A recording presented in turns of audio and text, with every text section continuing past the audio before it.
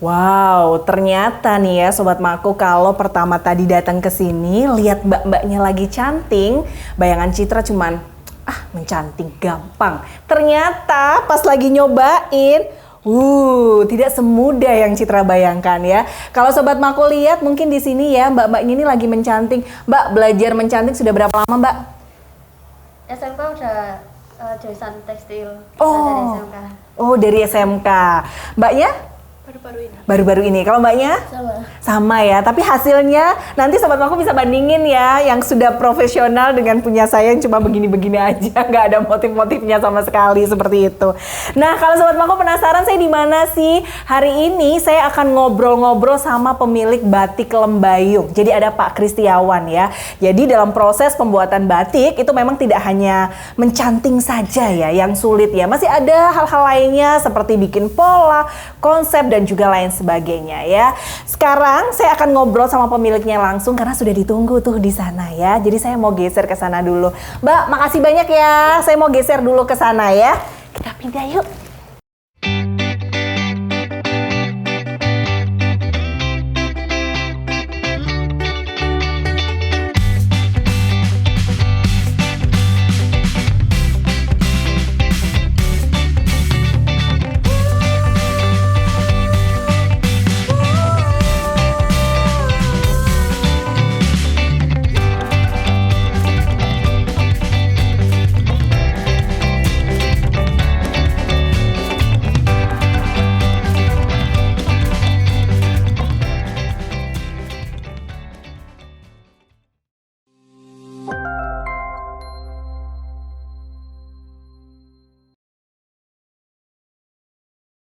Nah, Sobat Maku, saat ini saya sudah bersama dengan Pak Kristiawan. Jadi beliau ini adalah pemilik dari Batik Lembayung. Pak Kris, apa kabar? Baik, Mbak Citra. Saya langsung opera-opera ke sini. Saya ganggu loh ya, ini pagi-pagi datang ke sini. Pak Kris, ini lagi bikin apa nih, Pak? Kalau boleh tahu ini kayak ngeblat gitu ya, Pak ya? Iya, kita lagi bikin scarf ya. Oh, scarf. Betul. Oh, ini kalau boleh tahu motifnya kayak hewan ya, Pak ya? Iya. Betul nggak sih? Ikan ya? Iya, ikan arwana. Ikan arwana. Iya. Scarf itu sepanjang ini, Pak? Iya, panjang biasanya minimal 180. Tapi kalau 180 orangnya ketinggian biasanya agak kependekan. Jadi kita bikin yang 2 meter. Oke. Ini memang by request dari customer seperti itu? Enggak juga sih. Memang ini untuk pemenuhan stok yang ada di Jakarta. Karena kita kan ada penjualan di Jakarta. Jadi buat customer di sana. Kebetulan barang di sana sudah mau habis, minta di refresh. Dan favoritnya itu biasanya di ikan sih. Ikan? Iya. Oke. Pak Kris, kalau saya lihat nih ya Sobat Maku ya, di belakang kita berdua yang ada di sini, selain memang ada topeng seperti itu, kita tahu ya ciri khas kan memang ada topeng Malangan ya, seperti betul. itu ya. Hampir semua kecamatan yang ada di Kota Malang itu membuat batik topeng Malangan atau betul. tari bapang lah seperti itu. Tapi yang menarik perhatian saya ketika masuk di sini adalah motif dari batiknya Pak Kris itu kebanyakan adalah motif-motif hewan ya. Iya. Ada ikan, kemudian ayam, ada kucing, kucing, kelinci, angsa seperti itu. Pokoknya memang motif-motifnya itu adalah motif-motif hewan. Kenapa memilih hewan, Pak Kris? Hampir semua pembatik itu kan bikinnya tumbuhan. Kalau kita lihat ya kita teliti ya, dan yang bikin binatang itu kayaknya hampir jarang. Karena memang mungkin tingkat kesulitan gambarnya kali ya. Betul. Tingkat kesulitan gambar untuk hewan itu lebih susah kali. Lakunya kan pasti Betul, lebih banyak ya betul. Pak. Ini yang digambar itu adalah hewan ya. Dan Iya. satunya itu kan otomatis detailnya itu kan harus dapat detailnya. seperti itu ya. Baik. Pak Kris, ngomong-ngomong nih, berapa lama menekuni dunia batik Pak Kris? Hampir 6 tahun. Hampir 6 tahun ya. Udah cukup lama nih Sobat Maku ya. Apa yang membuat Pak Kris tertarik di dunia batik? Ini jujur ya Pak Kris ya, saya sudah keliling ya Sobat Maku ya, di 5 kecamatan yang ada di Kota Malang. Semua adalah perempuan. Dan kali ini berketepatan di Kecamatan Blimbing. Saya tadi spesial banget. Loh, kok lelaki begitu ya? Apa yang menarik Pak Kris? Sebenarnya sih nggak kepikiran untuk ke batik, tidak pernah kepikiran ke batik. Jadi sebenarnya batik ini kalau bisa dibilang ini the power of kepepet. Oh, kenapa kok jadi kepepet ini iya. ya? Jadi historicalnya tahun 2015 kebetulan saya keluar dari kerjaan, kita bikin sebuah bisnis makanan. Dan di tahun 2016 bisnis makanan merugi.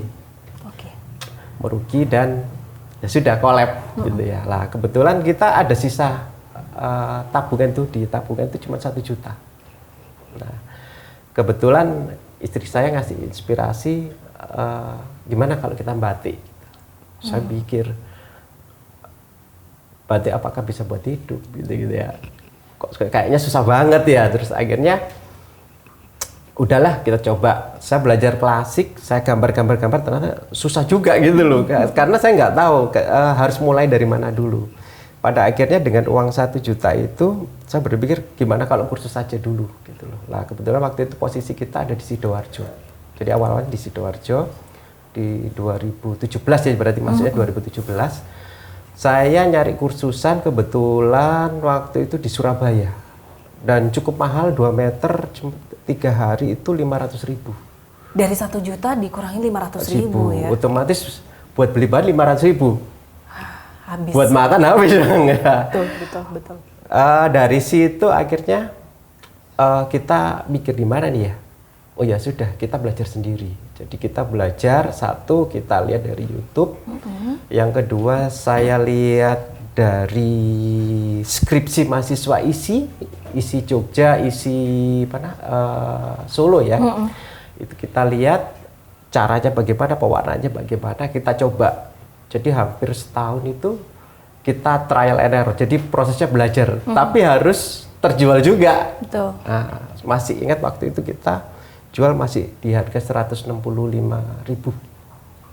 Pokoknya kejual kan dari teman dulu ya. Nah, kebetulan kita teman kan banyak di Jakarta karena kita memang dulu kerja di Jakarta.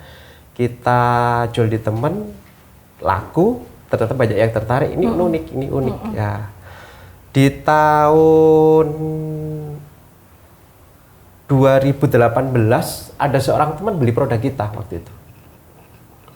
Setahun itu memang trial error 2017. 2018 kita ada teman yang beli produk kita, scarf kayak gini. Saya bikin motif itu ala Rumania ya, Eropa Timur. Nah, Eropa Timur lah. Dari sana dia beli, dia tunjukkan ke seorang teman. Lah kebetulan temannya ini adalah seorang pembatik di Pekalongan. Dari sana dia datang ke saya. Lah dia lainnya yang ngajarin saya. Kebetulan dia namanya Imang Jasmine ya. Imang Jasmine. Jadi kebetulan yang beli ini orang Malang itu. Dia sangat berjasa banget buat kita ya. Imang Jasmine, kita nggak pernah belajar langsung, cuman kita harus menerjemahkan kata-kata dia dengan praktek sendiri gitu loh. Dari situ kebetulan saya juga belajar sama gurunya Imang Jasmine, namanya Dini Hasan. Saya belajar di sana juga. Di Pekalongan? Di Malang, cuman kita via telepon, via medsos, kita tanya-tanya. Dan kebetulan mereka ini kan lebih ke klasik ya, batik klasik, lebih rumit, lebih ramai ya gitu ya. Terus akhirnya saya juga belajar sama yang namanya Pak Haris. Pak Haris itu batik gaya legenda, jadi batik legenda, gaya-gaya bebas seperti ini. Sana saya juga belajar di sana. Dan yang terakhir saya belajar sama Mustar Sidik. Mustar Sidik itu teknik batiknya, jadi pewarnaannya sampai proses finishingnya saya belajar di sana. Jadi cukup panjang memang pelajarannya. Luar biasa ya, saya sampai merinding loh ya Sobat Mako ya. Ternyata untuk bisa menjadi seorang pembatik itu nggak perlu harus punya darah batik atau gennya itu pembatik seperti itu ya. Dari belajar, pengalaman, itu ternyata juga bisa bikin Pak Kris yang tadinya usahanya harus kolaps, kemudian bangkit karena batik seperti itu. Pak Kris, ini kan motifnya banyak sekali ya. Tadi kan bilang bahwa yang lebih rumit, mungkin sedikit rumit gitu ya, itu adalah hewan-hewan. Kalau untuk motif hewan sendiri, butuh waktu berapa lama untuk satu produk? Paling cepat Paling cepat itu 1 minggu, paling cepat. Paling cepat? Paling cepat. Kenapa? Mungkin saya harus cerita prosesnya nih. Pertama kita kan ada kain kita potong. Ya, seperti ini ya, kain. Oke. Ini nggak bisa langsung kita batik. Kenapa, Pak? Ini harus kita treatment dulu kainnya, karena satu, elastisitas kain itu kan ada. Jadi kalau misalkan kita langsung batik ya, ini kan biasa ditarik nih, pakai bidangan ya, pakai bidangan itu. Ini dia akan melengkung, Mbak. Karena elastisitasnya ini belum dimatikan. Kan dia punya daya renggang ini kainnya. Itu pertama. Terus yang kedua, kita membersihkan yang namanya kanji kain. Iya, betul. Kanji kain ini harus dibersihin dulu, karena dari pabrikan itu kan ada yang tebal, ada yang tipis. Nanti kita kanji ulang. Harus dikanji ulang? Kanji ulang. Dan itu makan proses kurang lebih 3 hari sih. Proses dari kainnya aja sudah 3 hari ya. Habis itu luar baru biasa loh ini. Kita gambar. Jadi nanti kita bikin gambar di ini kertas kertas roti ya. Ini Pak Kris sendiri yang bikin motifnya? Iya, betul. Atas permintaan dari customer, seperti itu? Iya, karena kita kan sudah bisa baca maunya mereka ya. Karena kita sudah punya customer yang memang sudah fanatik, sudah loyal, itu kan cukup banyak sekarang. Jadi mereka kita sudah kebaca. Itemnya ini apa begitu ya. Baik. Setelah ini biasanya dari Pak sini nanti masuk ke ini, kita contreng di sini. Dicontreng kalau bahasanya Pak Kris ya. Kalau orang Malang diblat ya. Kalau saya sih blat ya, zaman SD itu ini blat gitu pokoknya. Baik Pak, terus diblat di sini. Habis diblat baru kita masuk, kita cek dulu Mbak, kita cek dulu, oke semua udah beres, nanti baru kita canting. Baru proses pencantingan. Oke, ini 3 hari sendiri ya, dari kain kemudian dan lain sebagainya, kemudian dicanting. Setelah itu Pak? Dari nyanting, jadi kita nyanting outletnya dulu, terus baru kita isen-isen. Jadi kita isi. Kita isi. Boleh diambil satu nggak sih Pak? Dari semua? Oke, yang itu ya. Oh, ini motifnya ikan. Jadi nanti kita isi kayak gini. Isi warnanya ya berarti ya Pak ya? Bukan, isi cantingan. Isi cantingannya. Isi cantingannya dulu. Oke, ini saya kasih tunjuk deh sama pemirsa ya, sama Sobat Maku yang ada di rumah nih Sobat Maku. Ternyata memang kalau tadi Citra sempat bilang kan, mencanting itu saya pikir hanya ya digini-giniin gitu. Ternyata waktu saya belajar, tidak semudah yang saya bayangkan seperti itu. Dan coba lihat, ini kan kalau ikan itu kan ada sirip-siripnya seperti ini ya Pak. Ini diisi, dicanting-canting seperti itu. Dan aduh ini ribet banget Pak kalau menurut Citra ya. Garis-garis tipis seperti ini. Sebenarnya enggak sih, kalau pembatik yang bilang ya. Kalau Citra kan rasanya kayak aduh ribet sekali gitu ya. Kalau ini enggak ternyata. Oke, diisi-isi seperti ini Pak. Lanjut. Habis kita isi, nanti kita cek lagi. Mana yang kurang, mana yang enggak. Baru nanti kita warna. Baru setelah itu proses kita warna. Kalau memang bisa selesai warna itu, misalkan selesai warna sehari itu, kita kunci warna, kemudian kita cek lagi, baru kita lorot. Lorot itu apa Pak? Lorot itu adalah menghilangkan lilin yang ada di... Yang menempel. Menempel. Oke, baru kalau setelah itu... enggak, habis lorot, kita harus tutup. Kita tutup baru gini warnanya. Ya. Baru disisir.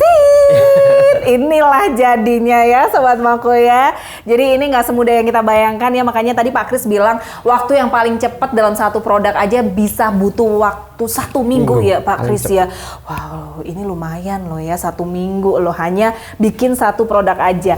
Harganya berapa Pak Kris dengan waktu yang tidak cukup sebentar ya kalau menurut Citra ya gitu kan? Rata-rata sih kita mulai di harga 350 sih. 350.000. Worth it dengan proses pengerjaannya yang luar biasa loh ini menurut saya ya. Kalau orang cuman pakai aja batik ya udah pakai batik. Betul. Tapi ternyata di balik baju batik itu prosesnya panjang sekali gitu ya Pak ya. Iya.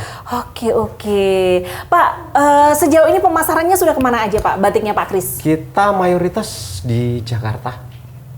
Paling banyak Jakarta memang. Paling banyak. Di samping Jakarta lain-lain di Jogja juga, Solo, Makassar, Medan, Bandung, Papua juga pernah. Wow, hampir seluruh Indonesia ya, kota-kota Kalau besar ya. sebelum pandemik ketiga, ya pandemi ketiga kita sempat rutin ke Singapura itu. Ke Singapura. Ada, Singapura sudah. lebih banyak pesannya yang motif apa, Pak? Ikan. Oh, ikan. Ikan paling banyak. Karena kan Melayu ya, rumpun Melayu. Iya, rumpun Melayu ya. Jadi warna-warna yang apa ya, encim ya. Iya, iya, betul, garutan encim ya. gitu ya. Oke, warna-warna hoki gitu, motif-motif Iya, hoki betul. lah ya di sana ya. Pak, suka ketemu nggak sih Pak Kris? Ini kan by request ya pesannya. Iya. Kebanyakan pesannya juga dari jauh, Jakarta, Papua dan lain sebagainya. Customer itu suka ada yang kayak rewel nggak sih Pak Kris? Kayak misalnya sudah dikasih tahu, saya pengen motif ini, kemudian dikirimkan Iya. gitu ya, hasilnya seperti ini, komplain, ini kurang ini. Ada yang kayak gitu juga nggak sih Pak Kris? Rata-rata sih enggak ya. Karena sudah cocok mungkin. Iya, jadi biasanya mereka cuma ngasih materi nih. Mereka ngasih materi, mintanya materinya ada ikan, ada terate, ada apa ini. Jadi kita tinggal nyatuin aja di situ. Terus kemudian request kalau bisa pakai warna background ini. Jadi nanti kita tinggal nyesuaiin aja. Oh, setelah itu baru dikirim ke Iya, sana hasilnya nanti kayak gini, tinggal cocok kita nggak, olah gitu di ya. warna. Warnanya itu apakah kita mau dicolet, jadi dikuas, Iya. atau mau dicelup gitu. Kalau dicelup lebih lama lagi gitu. Lebih beda lagi Lebih berarti. beda lagi, ya. Kenapa? Apakah hasilnya dicelup jauh lebih bagus daripada dikuas atau seperti apa, Pak? Effort untuk ngerjakannya juga lebih berat ya. Iya. Kalau itu sudah pasti Effort, berarti iya. ya, Pak ya. Kalau effortnya kan pasti lebih susah lagi Iya, ya. Betul. Pak, ini kan batik lembayung gitu Iya. ya. Kenapa sih? Kenapa namanya lembayung seperti itu? Lembayung itu artinya banyak warna.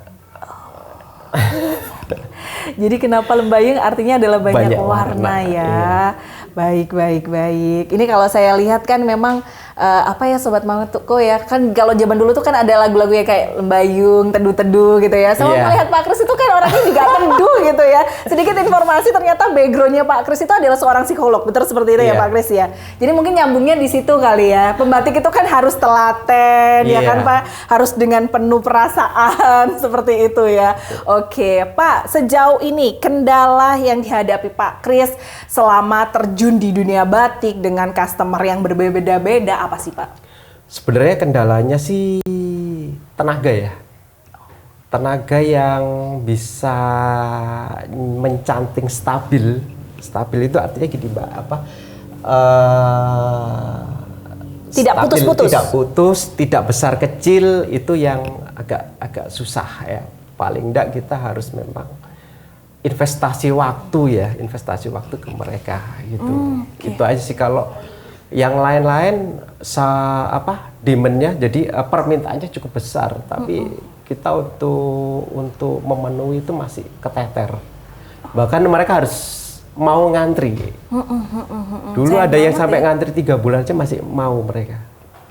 Aduh, ini sayang banget ya. Pasarnya Ide kreatif, besar. iya pasar Iya. besar, ide konsep kreatif dan lain sebagainya sudah siap. Hanya tenaga Tenaganya, berarti ya. iya. Oke, kalau Pak Kris sendiri melihat nih di Kota Malang gitu. Ini kan di Kota Malang kan banyak Iya. sekali pembatik ya Pak ya. Kalau minat sendiri gitu ya, Pak Kris kan tadi bilang pangsa sair tuh lebih banyak di luar Malang, Iya. otomatis seperti Jakarta dan lain sebagainya gitu. Kalau melihat gitu ya Pak Kris dengan Kota Malang sendiri ini, batik dan lain sebagainya, seperti apa sih Pak Kris? Batik di Malang ini kan masih proses dalam berkembang, dan konteks batik ini kan mereka masih bisa ya. Jadi bisa itu artinya gini Mbak Citra, masih dalam kategori keterampilan. Jadi masih motoriknya ya. Jadi kan masih pokoknya nyantik itu gini, Iya, kasih betul. warna lah, itu kan bisa. Mereka belum ke yang namanya kategori paham. Paham itu kenapa harus nyantingnya seperti ini? Kenapa suhunya harus lebih panas seperti ini? Kenapa kok nggak terlalu panas banget? Iya. Kenapa kalau mewarna harus sore hari? Oh, saya baru tahu. Kenapa Iya, harus sore hari, cuaca. Pak Jadi Kris? kalau batik itu menyangkut masalah fisika, kimia, dan filosofi. Fisika contoh gini. Sekarang ini cuacanya mendung. Mendung, betul. Kalau buat pembatik untuk mewarna ini cukup bagus. Kenapa? Karena tingkat penguapan air kan nggak tinggi. Kelembabannya kan naik, Iya, otomatis nggak cepat kering. Tapi kalau sudah panas ya, panas banget ya, otomatis kan tingkat kelembapannya turun, panas naik, cepat kering, otomatis akan mempengaruhi warna. Bukannya kalau cepat kering itu lebih bagus, Pak Kris? Kalau bercak itu yang jadi masalah kalau dia membercak ini, otomatis nggak rata gitu loh. Betul. Sedangkan kendala-kendala seperti itu kan kadang muncul netes gitu ya, Pak Kris ya. Oh, ini jadi logika baru. atau penalarannya harus juga ikut juga di dalam situ gitu loh. Iya. Wow. Rata-rata cuman bisa aja masih ada. Gitu Oke, wow, keren ya. Ini baru saya tahu loh ya, Sobat Mako ya. Ternyata tidak semua ya seperti yang saya bayangkan, Pak Kris. Tadi di awal saya cuma mikir, ya batik cuma nyanting, warna ini, udah selesai kelar. Padahal ternyata ada ilmu-ilmu di dalamnya yang saling bertautan satu dengan yang lain ya. Seperti cuaca dan lain sebagainya. Tadi dijelaskan sama Pak Kris juga, posisi cantingnya tuh harus berapa, suhunya juga, cuaca yang mendukung. Ternyata tidak semudah yang dibayangkan ya. Kenapa Pak Kris malah tertarik di dunia batik? Ya, mungkin karena udah kepepet kali ya. The power of kepepet. Karena nggak ada yang lagi.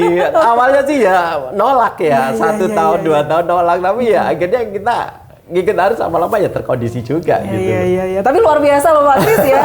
Ini beneran ya Sobat Mako ya. Saya ngerasa kayak saya yang perempuan aja mungkin tidak bisa seperti Pak Kris gitu ya. Bikin batik terus dengan telaten dan juga lain sebagainya. Saya nyerah seperti itu. Tapi luar biasa. Dari sekian saya jalan-jalan di Kota Malang ya. Saya ketemu dengan pembatik cowok akhirnya. Sip gitu. Pak Kris mungkin yang terakhir nih. Apa harapannya ke depannya gitu ya tentunya. Terus untuk mungkin gitu Sobat Mako yang ada di rumah juga. Yang the power of kepepet juga pingin usaha batik juga, ada tips and triknya dari Pak Kris, monggo silakan. Ya, satu, kalau jadi pembatik jangan hanya sekedar bisa, tapi juga harus paham batik itu bagaimana. Terus yang kedua, banyak belajar. Belajar itu konteksnya adalah kalau nggak bisa ya cari mentor yang benar gitu loh. Jangan sudah kayak gini ya, sudah gini terus supaya grade kita juga bisa naik gitu ya. Itu terus yang ketiga yang nggak kalah penting adalah bisa membaca pasar sih, segmen ya. Kalau kita bikin produk, rata-rata UKM kan bikin produk jual, tapi dia nggak tahu, berarti kan masih nyari pasar gitu loh. Tapi kalau kita sudah ketemu pasar sih, mau apapun model barang kita pun akan diterima oleh pasar. Sih Mbak. Oke, baik. Yang penting itu. Yang penting itu ya.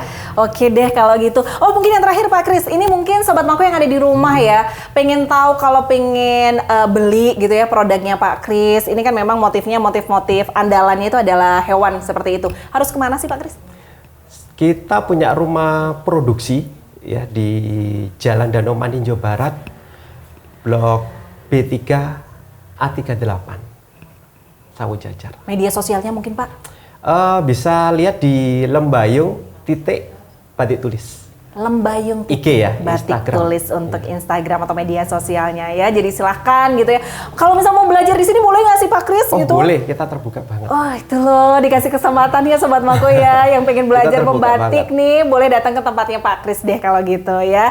Pak Kris terima kasih banyak banget ilmu yang saya dapatkan hari ini ya. Ini menambah referensi batik untuk saya seperti itu. Semoga usahanya Pak Kris makin lancar, pemesannya makin banyak lagi seperti itu ya, sehingga kita batikkan Indonesia ya. Demikianlah Sobat Mako obrolan Citra bersama dengan owner pemiliknya Batik Lembayung ya, Pak Kristiawan ya.